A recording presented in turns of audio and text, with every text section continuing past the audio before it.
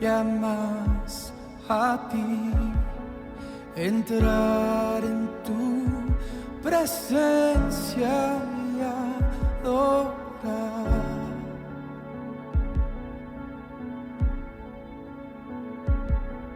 Revélanos tu gloria, deseamos ir mucho más en ti, queremos tu presencia, Jesús.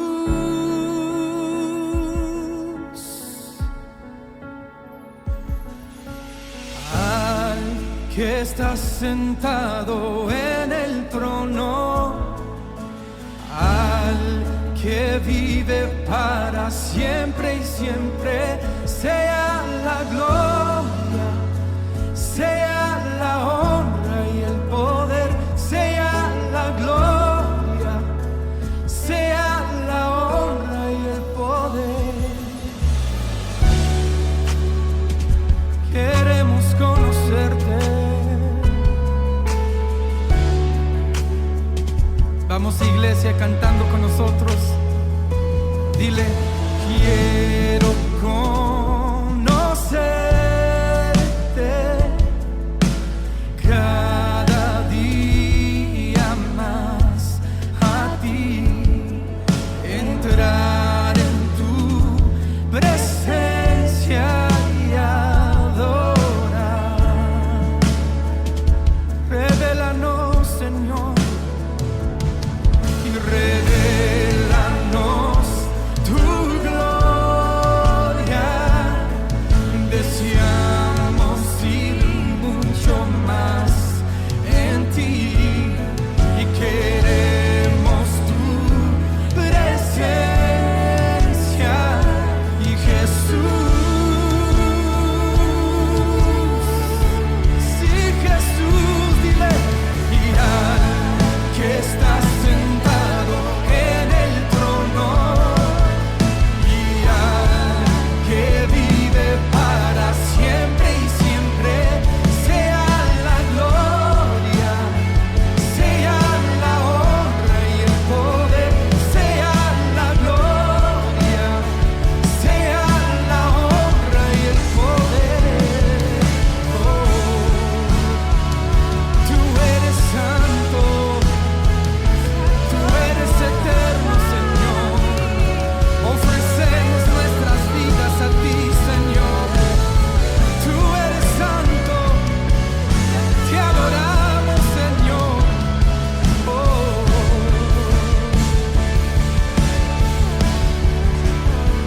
dile conmigo: santo, santo, santo, santo, santo eres tú. Dile conmigo: santo, santo, santo, santo, santo eres tú. Por siempre, Jesús. Santo, santo, santo, santo y santo eres tú. Por siempre, santo, santo, santo, santo, santo eres tú. Al que está sentado en el trono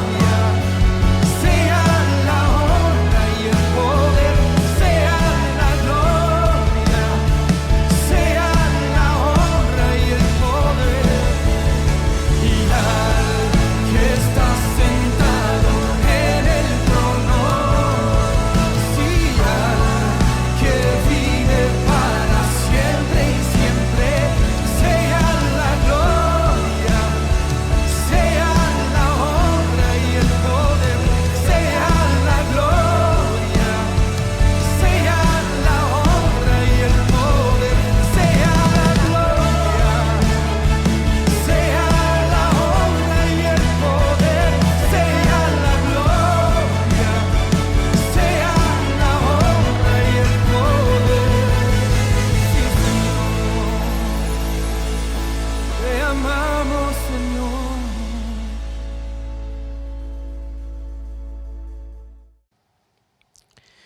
Un saludo muy cordial a todos ustedes que han sido parte de nuestra audiencia ya por mucho tiempo.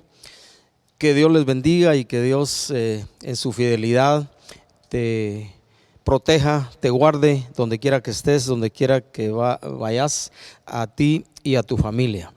Continuamos con la serie La maravillosa resurrección y hoy abordaremos el tema La resurrección es reconocimiento del señorío de Jesús.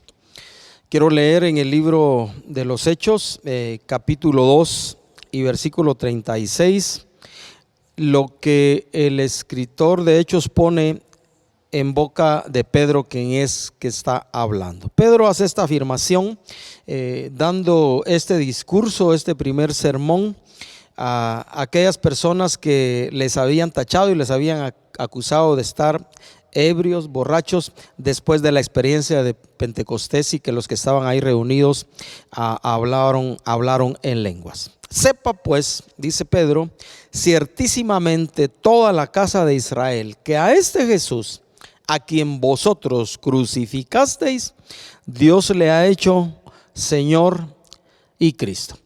Y esta afirmación era una confrontación para los líderes religiosos y para el pueblo de Israel, que habían tomado la decisión de, en lugar de que se liberara a Jesús, eligieron que se liberara a un preso, y a Jesús dijeron: ¿y qué hago con este? A este crucifícale. La crucifixión de Jesús ciertamente, y como parte aún del plan de Dios de que era necesario que un justo muriera por los injustos, y posteriormente su resurrección, trajo en el caso para nosotros como creyentes, trajo a nosotros la oportunidad de recibir perdón de pecados y vida eterna, como parte ciertamente de reconocer a Jesús como Salvador, pero también reconocerle como Señor. Y es que la Biblia, en diferentes partes de ella, da testimonio de que la gente que vivió en ese tiempo de la historia y que tuvieron la oportunidad de experimentar estos acontecimientos, no tuvieron más que reconocer que ciertamente Jesús había resucitado, y en testimonio de la Escritura y luego de los líderes de ese tiempo y de los seguidores de Jesús, ese Jesús resucitado se había convertido en su Salvador y en Señor de todos. Un derecho y una dignidad que le fue asignada literalmente por Dios, como también lo testifica el escritor Pablo en el libro de Filipenses, cuando dice, y como resultado de la entrega del Hijo de Dios y de Jesús hombre, que toda lengua debe confesar que Jesús es el Señor, para gloria de Dios Padre. Así que consideremos este tema, la resurrección es reconocimiento del señorío de Jesús, a la luz de ver la experiencia de algunos personajes bíblicos y lo que podemos aprender de ellos. Pensemos en primer lugar el caso de Pedro, en Lucas 24, 34, hablando ya de la experiencia de los 11 y de otros discípulos de Jesús. Algunos de ellos habían ya visto al Señor. Mientras ellos platicaban de la resurrección, está un pasaje donde dice: ha resucitado el Señor. Ellos afirman: ha resucitado el Señor y ha aparecido a Simón. Algunos estudiosos de la Biblia afirman eso porque acordémonos que Pedro fue Pedro era atrevido, era impulsivo, era impetuoso, él era de armas tomar. Él fue aquel discípulo que, como cuando prendieron a Jesús, tomó una espada y le quitó la oreja a uno de los soldados. Él era así, siempre fue así. Él fue aquel que cuando Jesús llegó a ellos caminando sobre las aguas, se atreve a decirle: Jesús, Señor, si eres tú, manda que yo vaya a ti sobre las aguas. E inmediatamente la respuesta que tiene de Jesús es: ven. Y Pedro pues se se atreve a caminar sobre las aguas del mar, después dudando un poco se está hundiendo y pues Jesús le extiende la mano y entran juntos caminando a la barca. Pedro era ese tipo de persona, pero también fue el tipo de persona que cuando decimos aquí en Guatemala llegó el momento de los trancazos y todos los discípulos de Jesús, los que estaban con él, también se dispersaron y huyeron. Él siguió a Jesús de cerca, fue aquel que ya Jesús se lo había dicho, él negó a Jesús 3 veces, ¿verdad? Y sin embargo, este mismo Pedro, miedoso, temeroso de cuando habían apresado a Jesús y que lo negó 3 veces, es el que impulsado, motivado por el Espíritu Santo, cuando llega ese momento de Pentecostés, se para juntamente con los otros 11 y él da el primer discurso tratando de explicar lo que había ocurrido en Pentecostés, usado por el Espíritu Santo. Pedro negó a Jesús. Y sin embargo, ¿qué aprendemos de ese reconocimiento de Simón, de Pedro, de Jesús como Señor? Que aunque pasemos crisis y aunque pasemos momentos difíciles en la vida, algunos de nosotros o tal vez unos más que otros son impulsivos como Pedro, aunque pasemos esos momentos de la vida de lucha en el corazón en cuanto a la fe, todavía Jesús se muestra a nosotros, se revela a nosotros. En el Evangelio de Juan capítulo 21 está un pasaje donde aparece también Pedro, que se entristece porque por 3 ocasiones Jesús le preguntó a Pedro. La primera vez le dijo: Pedro, ¿me amas más que a estos? La respuesta de Pedro es: Señor, tú sabes que te amo. Y luego le vuelve a preguntar la segunda vez: Señor, tú sabes que te amo. Y la tercera vez que Jesús le pregunta a Pedro: Pedro, ¿me amas?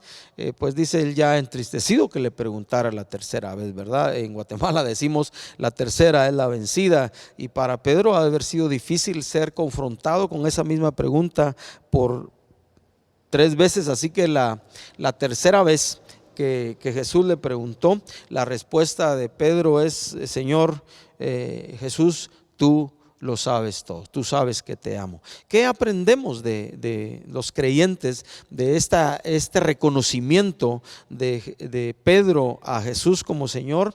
Que aunque luchemos a veces en la vida, cuando haya circunstancias en las que nos resulta difícil caminar en fe y tal vez cumplir al 100 como nosotros sabemos que tenemos que responderle a Jesús, nosotros podemos entender que en la misma medida, y yo diría mucho más grande que la medida que nosotros amamos a Dios, que amamos a Jesús, Dios nos ama. Él comprende las luchas de nuestro corazón, y a pesar de nuestras inconsistencias, que a veces las tenemos en la vida, Dios siempre está ahí, Jesús siempre está allí y es nuestro Señor. Consideremos un segundo personaje en la Biblia, el caso de María Magdalena. María Magdalena, cuando miramos los acontecimientos en los evangelios de la crucifixión de Jesús y la muerte de Jesús, es una de esas mujeres junto a María, la madre de Jesús, y otras que estuvieron ahí cerca de Jesús. Así que también cuando llega después de la muerte de Jesús al tercer día, el primer día de la semana, el domingo, es una de las que primeras va al sepulcro para ver allá donde habían puesto a Jesús, y encuentra la piedra removida. Se entristece, regresa a decirle a los discípulos, a Pedro: ha desaparecido el Señor. Pedro y Juan corren hacia el sepulcro, entran, ahí tienen la oportunidad de ver que el sepulcro está vacío. Allí María Magdalena se queda y tiene una experiencia viendo. Los discípulos tienen una experiencia viendo ángeles, y en el caso de María Magdalena se le aparece Jesús y le dice: María, y inmediatamente ella responde y le dice: Maestro, porque se da cuenta que es Jesús a quien ha resucitado. Esa experiencia está en Juan 20, 16 al 18. Es la experiencia donde Jesús le dice a María: no me toques porque todavía no he sido glorificado, no he subido al Padre, pero anda, ve y dile a mis discípulos que he resucitado. Y María inmediatamente regresa a donde están los discípulos y les cuenta: ha resucitado el Señor y se me ha aparecido, y les cuenta literalmente las palabras que le dijo Jesús. ¿Qué podemos aprender de María Magdalena? Mire, María Magdalena es también esta mujer, esta creyente, esta seguidora de Jesús, discípulo de Jesús, que también la Biblia dice que de ella habían sido echados 7 demonios, ¿verdad? Vaya testimonio que da la escritura de esta mujer. La escritura no escatima información en cuanto a la gente que seguía a Jesús. Una mujer de la que podemos aprender a vivir continuamente agradecidos con el Señor, porque nos ha liberado de tantas cosas. En el caso de ella, obviamente estaba consciente de que Dios había hecho una gran obra en su ser, de que Jesús había obrado en su vida, así que ella decide seguir a Jesús y seguir fiel. Ahí después de la muerte de Jesús va al sepulcro y tiene esta experiencia. ¿Qué podemos aprender los creyentes de una mujer como María Magdalena? Que debemos estar atentos a la misma medida que estamos agradecidos por la obra que ha hecho en nuestra vida, al liberarnos, al perdonarnos nuestros pecados. También debemos dar testimonio de la resurrección y de la obra que Dios ha hecho en nuestra vida. Y cuando María Magdalena recibió instrucciones específicas, fue literalmente a decir a los discípulos lo que Jesús le había encomendado. ¿Cuánta necesidad tenemos los creyentes hoy de escuchar a Dios, de escuchar a Jesús, de conocer la palabra de Dios, y entendiendo que el llamado de nuestra vida es a dar testimonio de Jesús resucitado por amor a nosotros? Debemos tener la libertad de recibir esas instrucciones y con toda libertad, entendiendo que Dios ha hecho una obra grande en nuestra vida, pues entonces llevar esas instrucciones, esa palabra que hemos recibido de Dios, para animar a la gente que nos rodea. El tercer personaje que vamos a considerar en cuanto a qué podemos aprender del reconocimiento de estos personajes de Jesús como Señor es el caso de Tomás, ¿verdad? El famoso, aquel que dijo, o del que tomamos la frase que se ha regado por donde quiera: ver para creer. Yo necesito ver para creer. Tomás fue ese discípulo de Jesús que cuando ya le dijeron: ha resucitado el Señor, esa experiencia, la experiencia esta de Tomás está en Juan 20:28. Él había dicho, cuando le dijeron: resucitó Jesús, si yo necesito ver las heridas en sus manos, yo necesito meter mi mano en su costado, allá donde fue traspasado con esa lanza que le metieron. Si yo no tengo esa experiencia, literalmente estaba diciendo eso Tomás, yo no voy a creer. Así que se les aparece Jesús a los discípulos, ahí ya estaba presente Tomás, y entonces como parte de saludarlos y todo, de repente viene Jesús, porque Él es así con cada uno de nosotros, y le dice: Tomás, ven acá, ¿verdad? Yo puedo imaginar la experiencia, a todos los demás viendo, observando el acontecimiento, y allá acercarse Tomás, no sé si caminó tranquilo, no sé si caminó temeroso, no sé cómo se puso, pero literalmente ven, mira mi mano y mete tu mano en mi costado. Jesús le permitió tener esa experiencia. ¿Qué podemos aprender? E inmediatamente Tomás tiene esa experiencia. Lo que él le dice a Jesús le dice: mi Señor y mi Dios. Hay un reconocimiento de su corazón. Él, aunque algunos dicen que no tenemos que ser como Tomás o no seas como Tomás, la experiencia de Tomás al reconocer a Jesús como Señor y la necesidad de su corazón de tener esa experiencia, nos hace posible entender a nosotros los creyentes que aún en nuestras dudas y en nuestras luchas como creyentes, como seguidores de Jesús, Dios siempre da respuesta a nuestras inquietudes y se muestra a nosotros. Yo quisiera aquí afirmar diciendo estas palabras: Dios no tiene por qué dar razón de algunas cosas a nosotros. Dios no tiene por qué complacer todas nuestras inquietudes o responder a nuestras dudas. Sin embargo, en su misericordia y por amor a nosotros, nos llega esta experiencia de Tomás, y porque muchos de nosotros, para poder reconocer a Dios y poder entender que Él está ahí, a veces, no sé si te ha pasado a ti, yo lo he hecho en una o que otra ocasión, le pedimos pruebas a Dios, ¿verdad?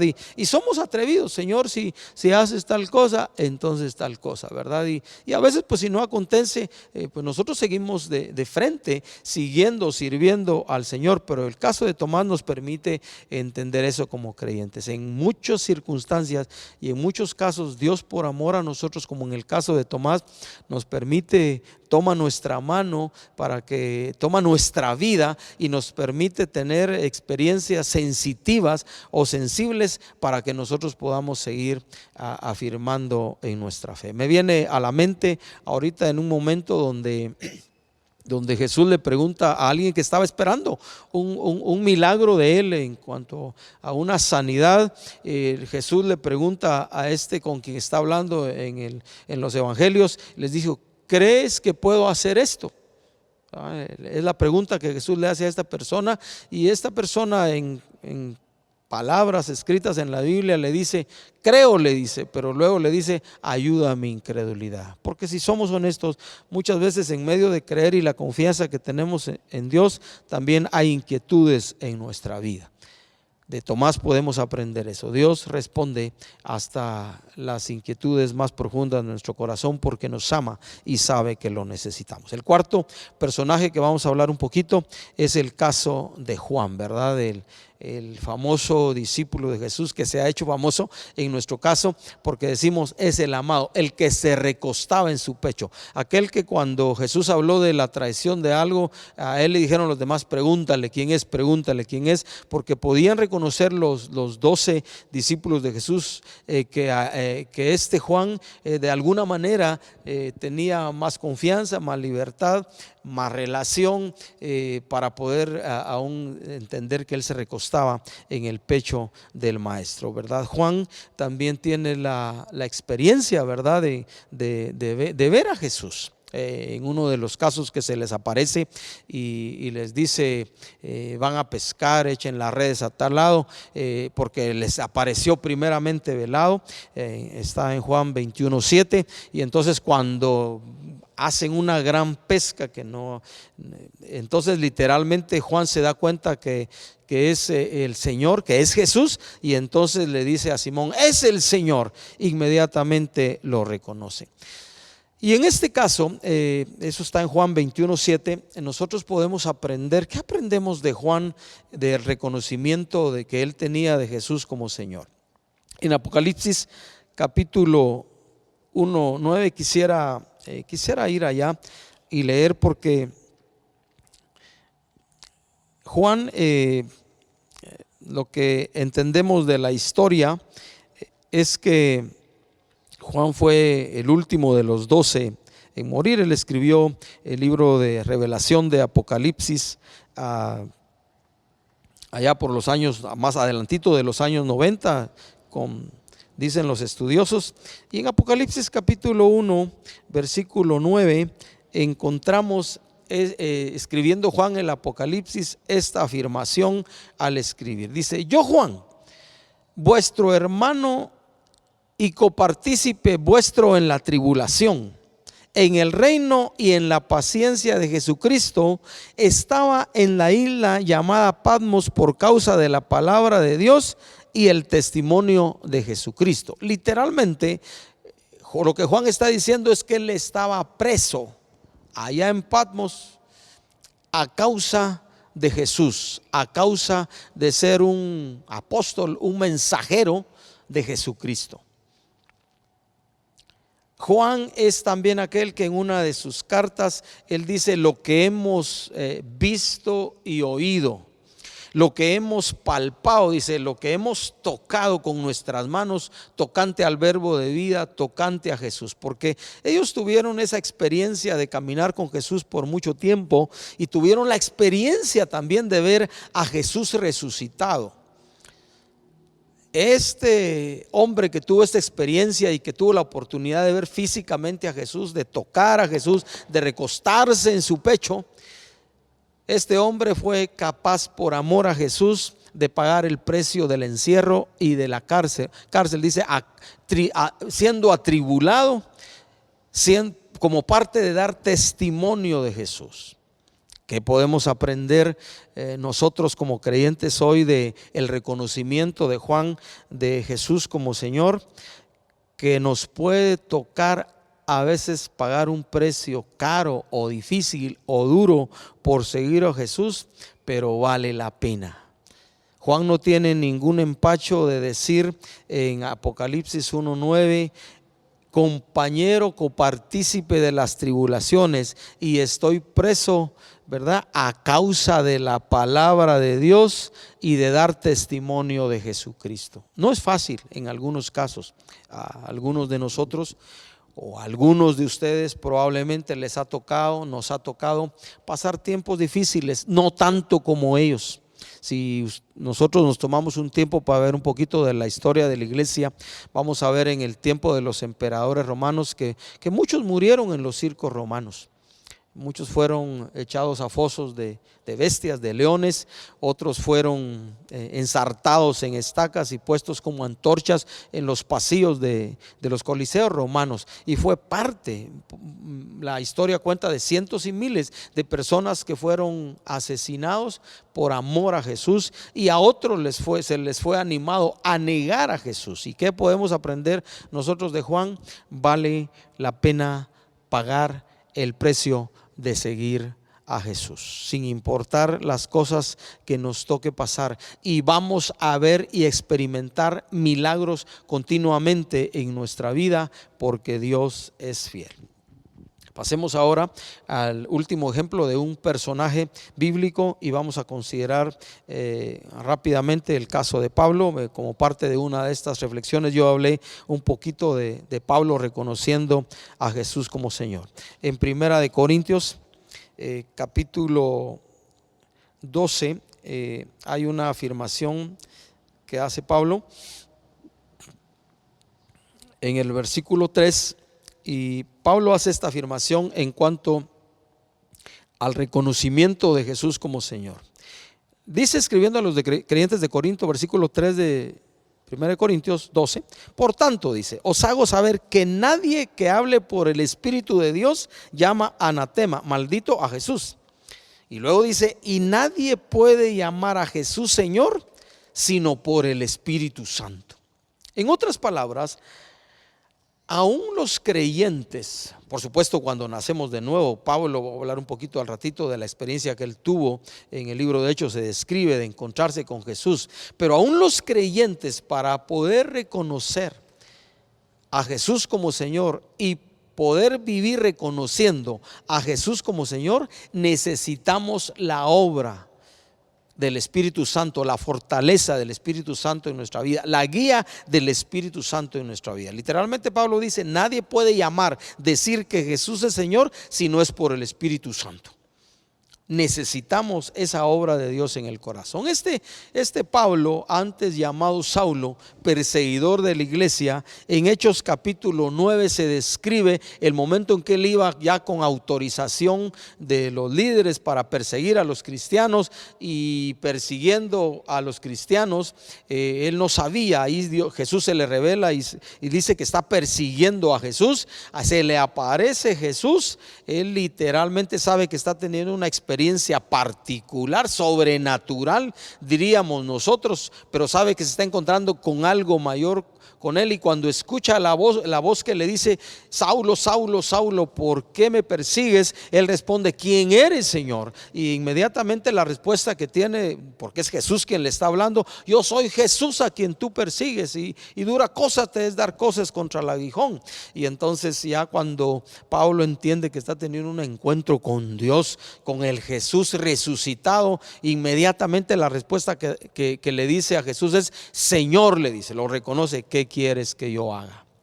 Él está teniendo una experiencia con Dios y entendió por el Espíritu de Dios en ese momento que necesitaba y debía reconocer a ese Jesús, porque a él estaba persiguiendo a los cristianos, reconocerlo como Señor, y le dice Señor, y inmediatamente sus palabras concuerdan con su vida, literalmente de en adelante, Señor, ¿qué quieres que yo haga.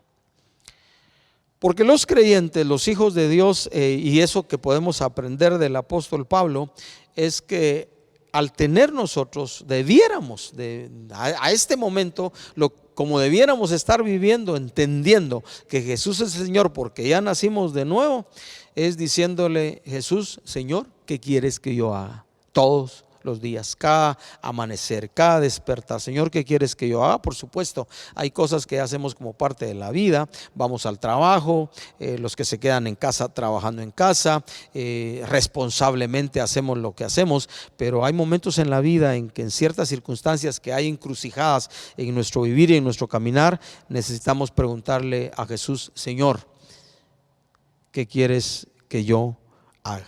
Debemos hacer. ¿Qué podemos aprender de Pablo en ese sentido y a la luz de 1 Corintios 12:3? Porque nadie puede decir a Jesús Señor si no es por el Espíritu. La necesidad de contar permanentemente cada momento de la vida, cada día de nuestra vida, cada año de la vida, con la guía y obra del Espíritu Santo de Dios en nuestro corazón. Pablo entendió que se había encontrado con el Jesús resucitado, con el quien era Señor, con el que debía gobernar y mandar su vida. Así que a partir de eso recibe las instrucciones que Jesús le da. Entra a la ciudad, ahí se te van a dar más instrucciones. Dios envía a otro hombre, Ananías, a darle instrucciones específicas. Pablo, ya sabiendo que era Jesús el Señor quien le estaba enviando a ese discípulo llamado Ananías, hace caso de lo que le dice Ananías, recobra la vista porque había quedado ciego del encuentro con Jesús, y luego inmediatamente, dice la Biblia, predicaba a Jesús. Podemos aprender mucho de la vida de Pablo haciendo a Jesús como Señor, y sobre todo vamos a seguir aprendiendo si le damos lugar al Espíritu Santo en nuestra vida. Y el último punto que quisiera tocar de esta reflexión es el hecho de que Jesús también es el Señor de todos, y para eso vamos a ir a Filipenses capítulo 2. De nuevo quiero mencionar el hecho de que el ser Jesús Señor no es un título, no es una apropiación que Él haya hecho. Yo soy esto, yo soy lo demás, sino el hecho de que Jesús es Señor y Cristo, Señor y Mesías, es una dignidad que le fue otorgada por nuestro Padre Celestial como resultado de su entrega, como resultado de su muerte en la cruz y su resurrección. Quiero leer a propósito desde el versículo 5 de Filipenses 2, hablando de Jesús, también es hablando de reconocimiento, el Señor de todos. La exhortación que Pablo da a los creyentes de Filipos y nosotros recibimos hoy es esta: haya pues en vosotros este sentir que hubo también en Cristo Jesús, el cual, siendo en forma de Dios, no estimó el ser igual a Dios como cosa a que aferrarse, sino que se despojó a sí mismo, tomando forma de siervo. Se despojó de ser Dios, tomó forma de hombre, y estando en la condición de hombre se humilló a sí mismo, dice, tomó forma de siervo y hecho semejante a los hombres. Y luego dice: y estando en la condición de hombre como ser humano, se humilló a sí mismo, haciéndose obediente hasta la muerte y muerte de cruz, en obediencia a Dios. Y luego dice entonces el versículo 9, como resultado de su entrega, de su negación de ser Dios para ser hombre, y su negación de ser hombre para hacerse siervo de todos y luego morir en la cruz, por lo cual Dios también le exaltó hasta lo sumo, hasta lo máximo, y le dio un nombre que es sobre todo nombre, para que en el nombre de Jesús se doble toda rodilla de los que están en los cielos, en la tierra y debajo de la tierra. Y termino leyendo el versículo 11: y toda lengua confiese que Jesucristo es el Señor, para gloria de Dios Padre. Y esa confesión la podemos hacer por el Espíritu Santo. Así que Jesús es el Señor de todos. ¿Qué implica reconocer a Jesús como Señor? Primero, implica la rendición total del corazón a Dios, es decir, todo lo que somos, toda la vida. Segundo, implica también confesar, decir, hablar con nuestra boca, poner las palabras en nuestros labios y contar y hablar de ese Jesús, Señor, resucitado por amor a nosotros, es decir, dar testimonio de que Jesús es el Señor.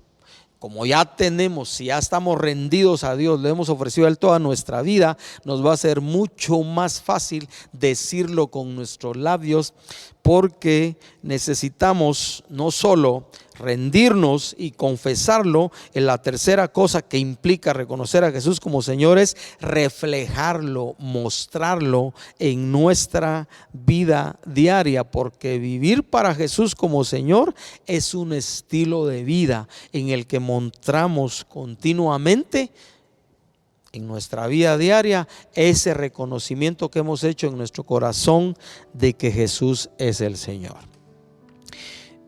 En otras palabras, no basta con que yo diga, con que usted como creyente diga Jesús es el Señor, sino necesitamos esa confesión respaldarla con nuestra vida, y eso involucra el hecho de que nosotros como creyentes hemos aprendido ya que todo lo que hacemos lo debemos hacer para la gloria de Dios, para que en todo sea Dios glorificado. Jesús, el Señor de todos. Es una dignidad que Dios le asignó como fruto de su entrega, como fruto de su muerte en la cruz y su resurrección. Así que quiero terminar con esta conclusión. Para el que cree, la resurrección de Jesús trae consigo el reconocimiento de su señorío, no solo como maestro y líder, como alguien que nos inspira, sino también como Señor absoluto de toda la vida, que es lo que necesitamos hacer. Yo creo que como creyentes es un privilegio que Dios nos ha dado la libertad de decidir, de escoger, porque somos seres humanos moralmente libres para elegir. Es un privilegio que tenemos de reconocer la grandeza de nuestro Dios. Vivamos de esa manera, honrando a Dios en todo lo que hacemos y mostrando con nuestra vida de que ciertamente ese Jesús que se convirtió también en nuestro Salvador al morir en la cruz y resucitar de entre los muertos, también lo hemos hecho Señor, dueño de nuestro corazón, y hacemos todo el esfuerzo de nuestra vida para agradarle en todo lo que hacemos. Oremos. Padre, queremos darte gracias por el privilegio que hemos tenido ya de encontrarnos con Jesús como nuestro Salvador, pero también queremos que sea un encuentro que nos permita a nosotros ejercer la libertad de reconocerlo como Señor. Padre, danos la fuerza por tu Espíritu de vivir para ti, mostrando cada momento de la vida que ciertamente Jesús es nuestro Señor. Muéstrate a nosotros. Y gracias por el privilegio que tenemos de aprender de estos personajes de la Biblia, Señor.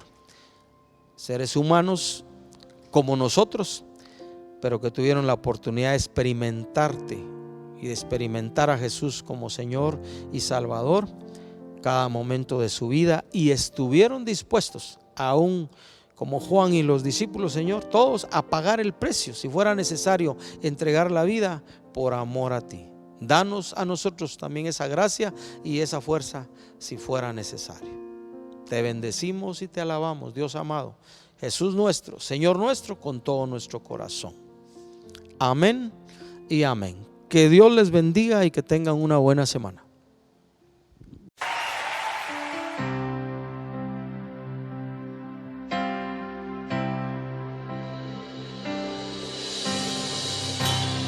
Digno y santo el Cordero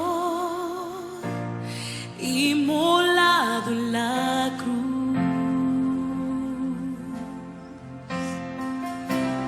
Nuevo canto levantaremos, alguien en su trono está. Digno y santo el Cordero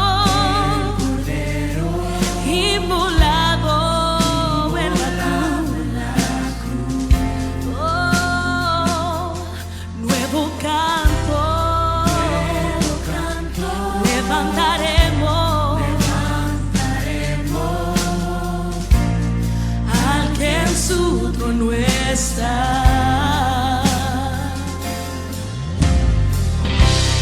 Santo, santo, santo, Dios todopoderoso.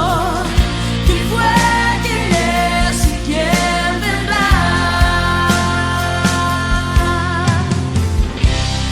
La creación te canta, hosana al gran yo soy. Tú eres mi todo y yo te adoraré.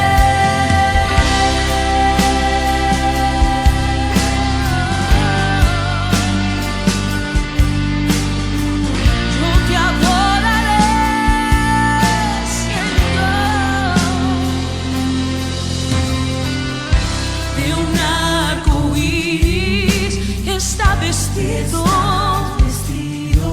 su voz resuena como los truenos. Recibe honor y gloria, poder y majestad, a ti el único Rey. Santo, santo, santo, Dios todopoderoso. ¿Quién fue, quién es y quién vendrá?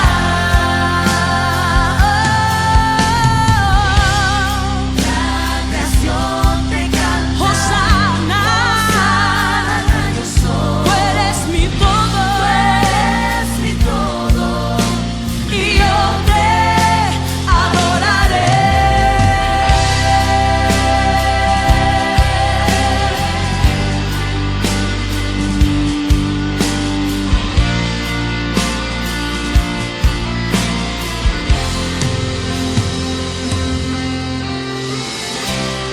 Tan grandioso, asombroso, con solo decir Jesús.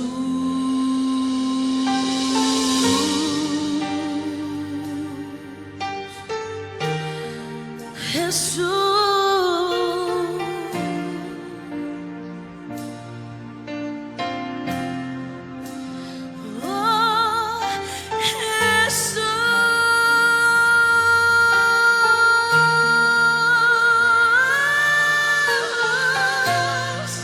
con solo decir Jesús.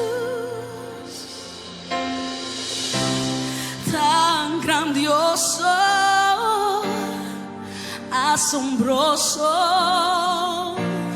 con solo decir Jesús.